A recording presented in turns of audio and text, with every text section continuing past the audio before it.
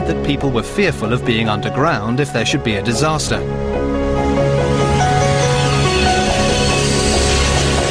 Meanwhile, high interest rates and massive competition from ferries and airlines dragged the tunnel even deeper into debt. And then, just when things seemed at rock bottom, everyone's worst fears were realised. By 1996, the Channel Tunnel has been open for over a year, but business is poor, and the tunnel is about to face its darkest hour. November the 18th. Sangatte, on the French side of the Channel Tunnel. 9:48 p.m. Freight train number 7539 approaches the tunnel, bound for England. On board, a deadly cargo. A truck has caught fire and is gushing smoke and flame.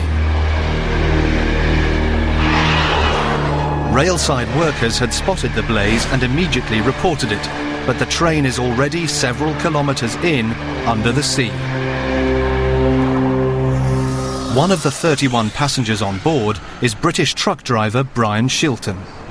And all of a sudden, we started to see this black, jet black smoke rising, coming in from the floor of the carriage. The truck drivers are riding in a passenger coach behind the engine. The fire starts 400 metres away, but it's getting closer. Bill Welsh of the Kent Fire Brigade will later that night find himself face to face with the Channel Tunnel fire. We were talking about the most severe fire you can ever imagine. It really was like looking in to a furnace, if you can imagine what that's like. Welsh's first concern, how to rescue the passengers. There's no way out. It's not like you're in a house, you can get out the doors, the windows. When you're in a tunnel, you're relying on someone coming to rescue you. At 9:51 p.m, the Fire Control Centre advises the driver to keep going. Speed helps suppress the flames, and the train is only 15 minutes from the other side.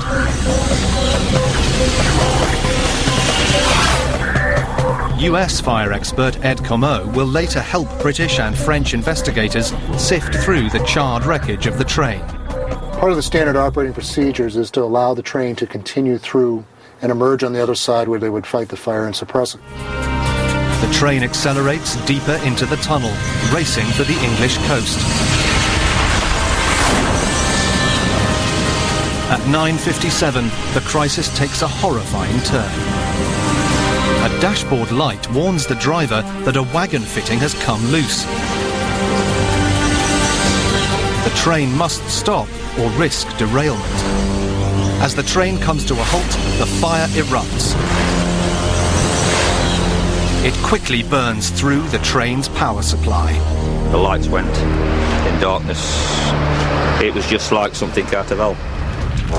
Within 3 minutes of the power loss, toxic black smoke engulfs the train. We was lying on the floor, all choking. One or two drivers started to vomit.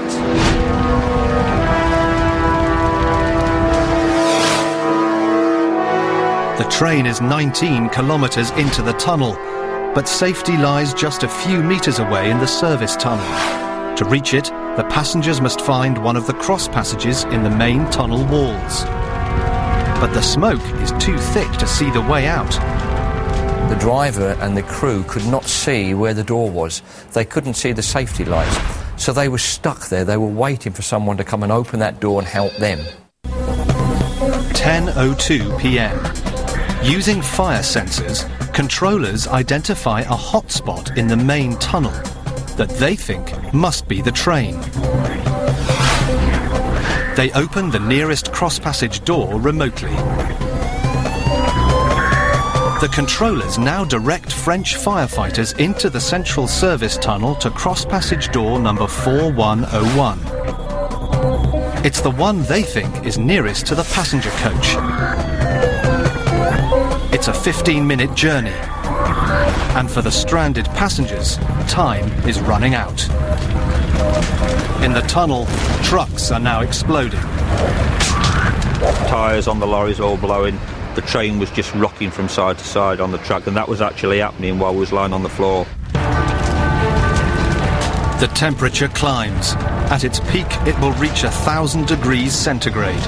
So hot, the train's steel wheels are welded to the rails, and the concrete lining of the tunnel itself becomes dangerously unstable. It's where the moisture within the concrete expands and then explodes out with terrific force. Very much, I would imagine, like shrapnel in a war situation. 10:20 p.m. Firefighters arrive at cross passage door 4101.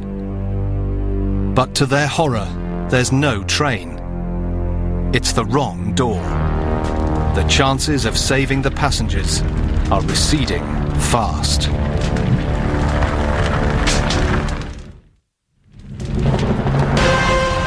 Fire is raging through a train halted 19 kilometres into the Channel Tunnel.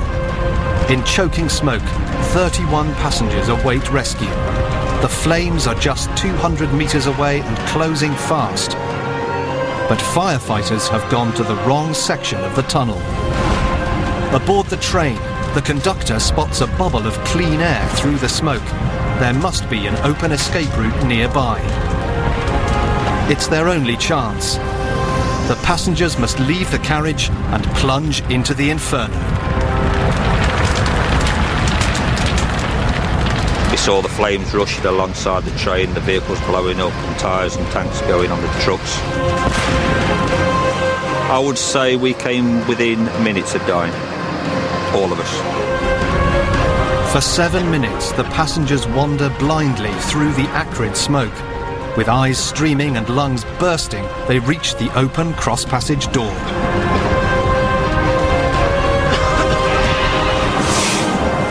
At 10:24 p.m, the passengers finally find the firefighters. It's 40 minutes since the fire was reported. We was just very, very lucky on that night to be alive today. No lives were lost, but it was a grim reminder of the perils of an emergency so far underground. One or two of them were near to collapse. They'd endured 20 minutes of having to breathe in acrid smoke, and it was very fortunate that we didn't lose any lives. But the system worked. The system worked.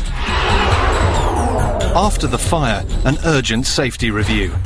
It results in improved fire sensors, better emergency lighting, and promises a quicker future response from firefighters. The tunnel was repaired and reopened in just 2 weeks, but the damage to its image would take longer to overcome.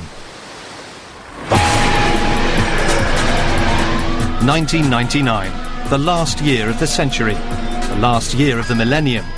At last, a good year for the Channel Tunnel. More than 5 million cars and trucks travelled on the underground rail link between the British and French coasts. Nearly 7 million people use the passenger service that links London, Paris and the Belgian capital, Brussels. 10 years on, and nearly 150 million people have travelled through the tunnel. That's more than twice the UK's population. Now, Britain and France are to be brought even closer via a new high-speed rail link from London to the tunnel entrance. Trains reaching 300 kilometres per hour will speed passengers to Paris in 2 hours 15 minutes, half the journey time of the pre-tunnel era.